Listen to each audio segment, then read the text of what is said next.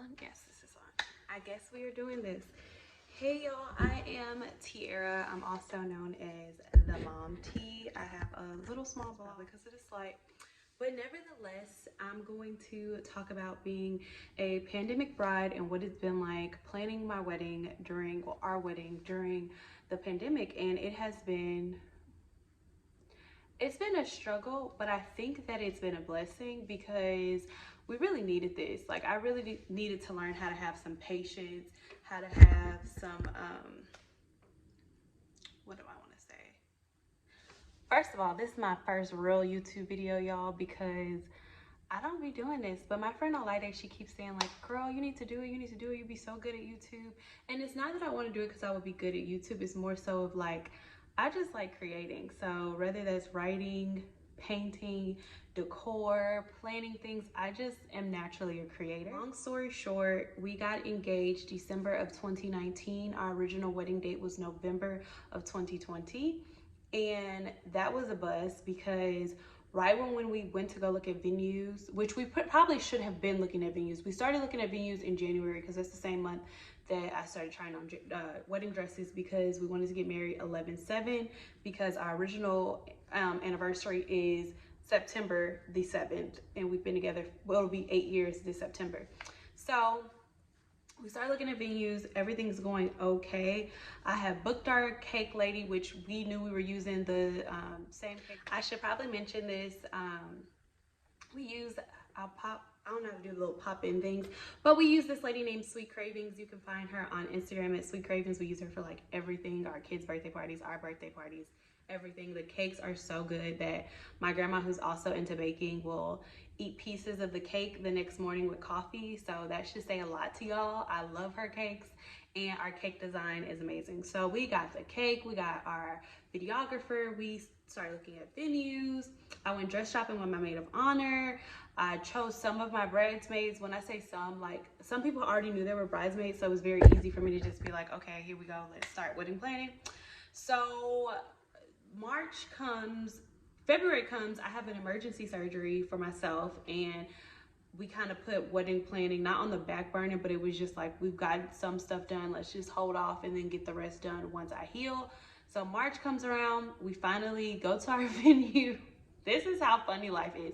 We go to our venue, we are about to pay our money, and the coronavirus hits. The pandemic begins, and we get stay-at-home orders. So we are like in the house looking at each other like, okay, is this gonna be for a week? Is this gonna be for a month? Do we push the wedding back? So lo and behold, we push the wedding back. At this point, I have my dress, I have my venue, I have my cake, I have my bridesmaids, because I had already had the bridesmaids brunch too at this point. So I kind of was just like, actually a lot, we hadn't had the brunch yet. So my whole family is in St. Louis in California. His family is in like Nigeria, Toronto, Washington, I hope I'm not forgetting nobody. Yeah, so DC, Washington, Canada, Nigeria. So we have people coming from everywhere. So we have to be very cautious of that. Even some of our bridal party does not live in Houston. So we had to let people know immediately, hey, let's hold off on the wedding until further notice. So a few months pass, and we take our engagement photos. I have my bridesmaids brunch, and we finally pick a date. And we decided on May the 8th, which was so sad for me because it didn't have a 7 in it. And I was like, if I'm not gonna get married with the 7th in the day, then I wanna get married on my great-grandparents' anniversary. That didn't happen because somebody had already booked May the 1st. So I was left with May the 8th. We get to planning, invitations go out, decor people are booked, DJ's booked, who else gets booked? Day of coordinator gets booked. Everyone is booked at this point. Like, we book everybody. The only people who I've yet to book is my makeup artist. And the reason why is that because sometimes I reach out to these makeup artists and they never get back to me, or they're just very unprofessional and I don't want to play about my makeup. I did my own makeup today. I'm not a makeup artist. I don't do makeup well enough for me to say I'm just gonna wing it on the day of my wedding. So when I find a makeup artist, I'll let y'all know. If y'all have any suggestions, my nose is so golden, please let me know. It's crazy because my face, I don't even have on like bronzer really, so I don't know why my face is showing gold. But yeah, so nevertheless, Everybody is booked, the planning begins, and we are still in a pandemic, y'all. And to me, the safety of our guests, the safety of ourselves is just way more important than this pandemic. But going through the pandemic showed me who was there for me and who was not there for me. People started getting pregnant. Everyone got pregnant during the pandemic, including my maid of honor. So, not everyone, but I have 10 bridesmaids. Out of my 10 bridesmaids, a few of them were pregnant, are pregnant, had a baby. That's how long we've been in a pandemic. We have been in this pandemic for so long, y'all. People have been able to get pregnant, give birth, and get pregnant again. I'm done. This is enough. This is enough. So we fast forward to now. We are 90 days away from the big day, or 100. I don't know. It was something like that. I looked at the thing, said, oh, you're this many days away. And I tell Moya, like, hey, we got to turn in this money to the last vendor. What's up? And he was like, I think we should hold off. You what? You what? So the pandemic was still going on. The borders are like finicky, and my mother-in-law doesn't live here. We have a couple other guests who don't live here, so we didn't want people to risk coming into the U.S. or leaving the U.S. or not being able to leave. It just was intense. And then he's a Muslim, so Ramadan was during the but the remix wedding date. So now the final wedding date is look at me, November. This is how many wedding dates I've had. My final wedding date is August the 7th, and look how God works. I still got my 7. We have a couple more months of planning. I have 9 bridesmaids instead of 10 now. Everyone who was a bridesmaid, who's not a bridesmaid anymore, it was only one person who I can say, like, I actually had a falling out with this person. Therefore, this is why this person is no longer a part of my wedding.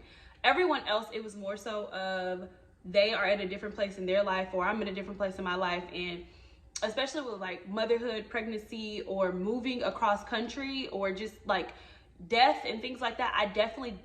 A wedding is one day. Like these friendships that I have with people, or family ships, because some people are blood, will last forever. So I literally have become more patient, more realistic with life. With the wedding planning, I'm kind of a go with the flow girl versus a calendar planner type girl. So with that being said, I'm very excited about the wedding. We are a few months away. It is now February. It's actually Valentine's Day tomorrow, and we are just winding down. And I think this was the smartest plan for us. Everything about our wedding is basically paid off. We don't have anyone to pay anymore. We've paid all of our the rest of my wedding planning time on giving y'all all the details, like giving y'all how to plan a wedding on a budget. My original wedding budget was $15,000. We are now up to between $20,000 and $25,000, but we paid everything in advance. We didn't take out loans. We didn't borrow from people. So one part about wedding planning is it's, not just your wedding, it's actually your spouse's wedding too. So that's how we based our budget. For me, what was important was the decor of our wedding. I wanted certain elements that our venue did not offer, so putting that into play as far as budget. And his big thing was guest experience. So he wanted a DJ, open bar, and a couple of other elements that I'll save until after the wedding date to talk about. But his was that, so we had to factor that in. For us, the venue, what the venue could offer us was a huge cost. Sometimes you will find a venue that offers everything, and then you won't have to do anything. For us, food was pretty easy. My mom is a caterer. My mom owns a catering business, Big Kitchen in St. Louis, Missouri. So she's gonna come down a few days before and prep the food and start getting things in order and ready for that. So that was kind of easy. Our cake was easy. Videographer was easy. We actually know our videographer. The photographer, he knows. I don't know the photographer, but I have heard good things, so I'm trusting it. What else was there? But with budget, like, y'all have to be realistic. Like, you can't have a Pinterest board filled with ideas and think that you're about to get a $50,000, $60,000 wedding for $10,000. So that was me at first, because I'm cheap. So at first I was like, I can plan this wedding for $10,000, ma'am. I've never been married before. So that's probably, well, I've never had a wedding before. I've never been married, and I've never had a wedding. So I think bursting my bubble of what was real and what was not gonna be my reality was for sure recognized. And then I think that because I had got certain things early on in the planning for a decent price, I just thought that my entire process was going to be that way and everybody was going to come down to my $10,000 to $15,000 budget. Not reality. So my dress was $400 because I got my dress during the pandemic. They had a really big sale and that was that. Like, they gave me my dress for it still because of the pandemic.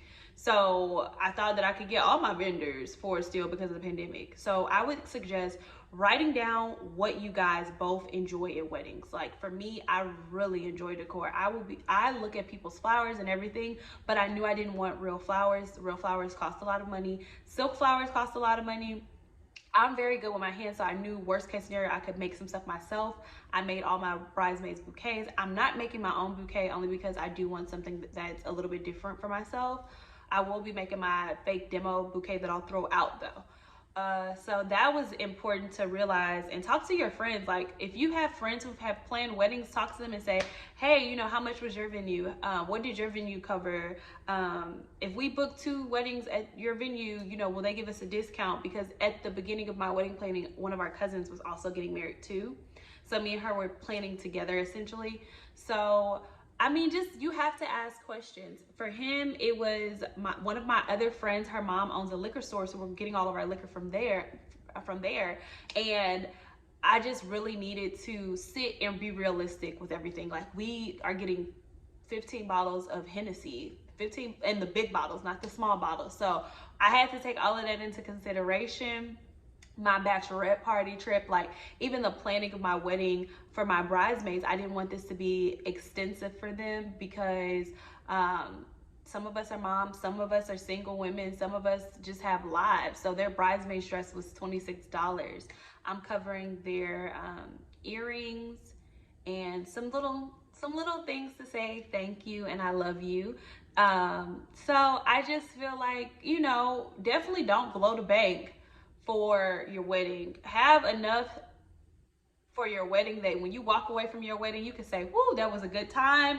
Now on to the next. So that's my biggest advice for people. People always say, should you begin saving before your wedding? Sure, why not? But for us, we save just because we save. Well, he saved just because he saved. I had to learn.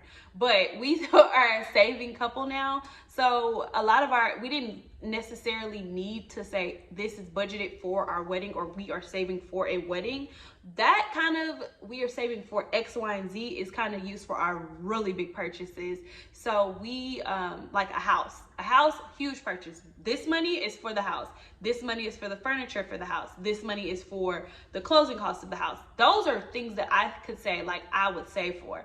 For my wedding, I kind of just go with the flow. Like we know, okay, we're not trying to go over here over this amount of money. Therefore, we plan ahead, but we don't necessarily have like a wedding fund. I guess some people could do that, would do that, should do that. But for me, I knew that I like what I like. I want what I want. If something is $600 and I can find it somewhere else for $40, I'm going to do that. I don't believe in exceeding the budget, nor do tapping the budget. Whatever I have left over could go towards something so much greater or someone else. So there is that. I just would say be honest with one another financially. Where do you stand financially? Where do I stand financially? What's your credit score? What's my credit score? So you know what you're playing with and you can sort out what's most important to pay for or look forward to in the wedding planning process. And also when you talk to your friends and you get kind of a number of what things should cost. So for me, I knew that the photographer that I originally wanted was about $3,000 for photography. And I was willing to pay for it because I really love this couple. I really love their photography. But if we found somebody who was equally as good, why not? And for him, he knew a photographer. It was simple. The photographer who did our engagement photos cannot shoot our wedding because he is the best man. So just making those choices together and looking for, I guess, the best price. You're gonna look for the best price, but the best quality. Do not go to these vendors and tell them you want to have a Bugatti limousine and you have Honda Accord money. It just, people can't just make things fall from the sky. Like, it just won't happen. We're all on the same page. Like, a wedding is one day. One day. We have a plan in place for if the pandemic doesn't lighten up, which is we will just have our immediate family and our bridal party. That will be it. And that's okay with me, because look, y'all, I'm telling y'all, do not let this pandemic stress y'all out. And I have seen some beautiful, beautiful weddings I have seen some beautiful, simple weddings because of the pandemic, and I am here for it. But if that's not your vision, don't just say, I'm gonna have this wedding on this smaller scale just to make others happy, or just so people don't judge you. And I think that was my whole dilemma in the beginning, because so many people were like, oh, instead of having a wedding, you should buy a house. Why can't you do both? Like, some of us out here can do both. Like, a lot of people were shocked that when I kept saying I'm having a debt-free wedding. Like, I didn't even know until I got into the wedding process that you could take out a loan to plan a wedding. Like, that's how much it was over my head. And I ain't doing it. Like, that's just me. So I think for people who are worried that others are saying, like, why have a wedding? It's a pandemic. Or why have a wedding? Why waste the money? Do what's best for you. If what's best for you is you, your partner, going to the courthouse, getting married, and going on a nice vacation, do that. If your vision for your wedding is to have 200 guests, 300 guests, you might have to wait a little minute. If your vision is on this date we get married, do that. Do what's best for y'all. Like, at the end of the day, when you get married, it's gonna be you and him, you and her, her and him and him, her and her. Whatever your boat you float in is, or whatever. But nevertheless, look, be happy, be in love, be blissful. Black love is beautiful. All that. So until next time.